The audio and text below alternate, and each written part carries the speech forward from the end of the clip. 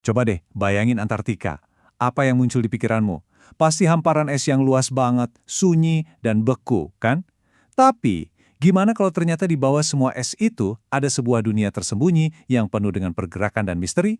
Yuk, kita coba intip lebih dalam apa sih yang sebenarnya ada di bawah benua paling dingin dan paling terpencil di planet kita ini? Jawabannya mungkin bakal bikin kamu kaget. Yep, ini bukan cuma soal es yang beku dan diam. Ternyata, di bawahnya itu ada sistem perairan yang sangat dinamis. Sebuah dunia tersembunyi yang terus bergerak, jauh dari jangkauan sinar matahari. Dan kita nggak ngomongin soal genangan air kecil ya.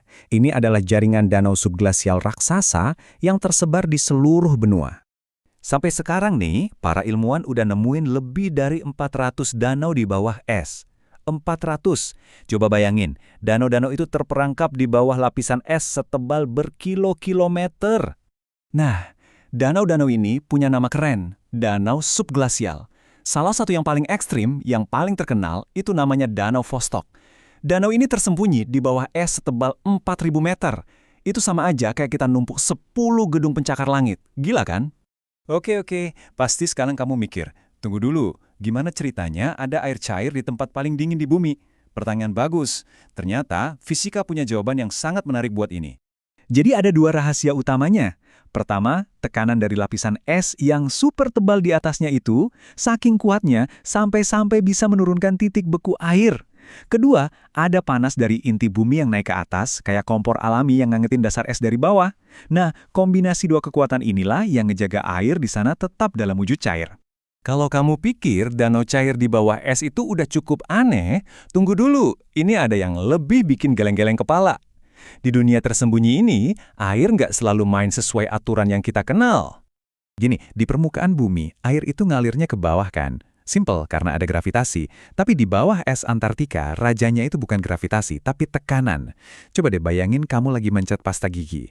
Pastanya keluar bukan karena ditarik gravitasi, tapi karena tekanan dari jari kamu. Nah, di Antartika juga gitu. Es yang berat yang nggak rata itu mencet air di bawahnya, maksa air itu ngalir dari area bertekanan tinggi ke rendah, bahkan kalau itu artinya harus ngalir nanjak melawan kemiringan daratan. Oke, danau cair udah, air ngalir ke atas juga udah, ini udah luar biasa banget. Tapi misterinya nggak berhenti di situ. Justru, sekarang kita masuk ke bagian yang paling seru, yang nyambung ke salah satu pertanyaan terbesar umat manusia. Coba deh bayangin lagi. Di lingkuran yang gelap total tanpa cahaya matahari, dengan tekanan yang bisa menghancurkan apapun dan suhu yang super dingin, apa mungkin ada kehidupan? Apapun bentuknya? Jawabannya adalah kemungkinan besar iya. Para ilmuwan berteori kalau danau-danau ini sama sekali bukan tempat yang steril. Malah sebaliknya, ini bisa jadi rumah bagi mikroba-mikroba unik yang udah berevolusi buat bertahan hidup di sana. Bahkan, bisa jadi, ini adalah bentuk kehidupan yang belum pernah kita lihat sebelumnya. Semua ini bukan cuma soal rasa penasaran aja ya. Penemuan ini punya implikasi yang jauh lebih besar. Ini menghubungkan sudut paling terpencil di planet kita dengan pencarian kita di alam semesta. Jadi, poin utamanya itu ini. Antartika berfungsi kayak model atau tempat uji coba. Kalau kita bisa ngerti gimana kehidupan bisa bertahan di kondisi se-ekstrem ini, kita jadi punya petunjuk penting tentang di mana dan gimana cara mencarinya di tempat lain. Nah, koneksinya di sini nih yang keren banget. Kalau kehidupan bisa bertahan di bawah es Antartika, kenapa nggak mungkin ada juga di lautan bawah permukaan bulan Jupiter yaitu Eropa, atau bulannya Saturnus Enceladus? Tempat-tempat itu kan mirip, sama-sama dunia es. Jadi Antartika ini seakan-akan ngasih kita contekan, ngasih kita peta jalan buat pencarian di luar sana.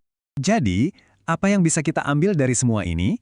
Dengan mempelajari dunia tersembunyi ini, kita mendorong batas pemahaman kita tentang di mana kehidupan bisa ada. Kita juga seakan-akan membuka kapsul waktu iklim bumi.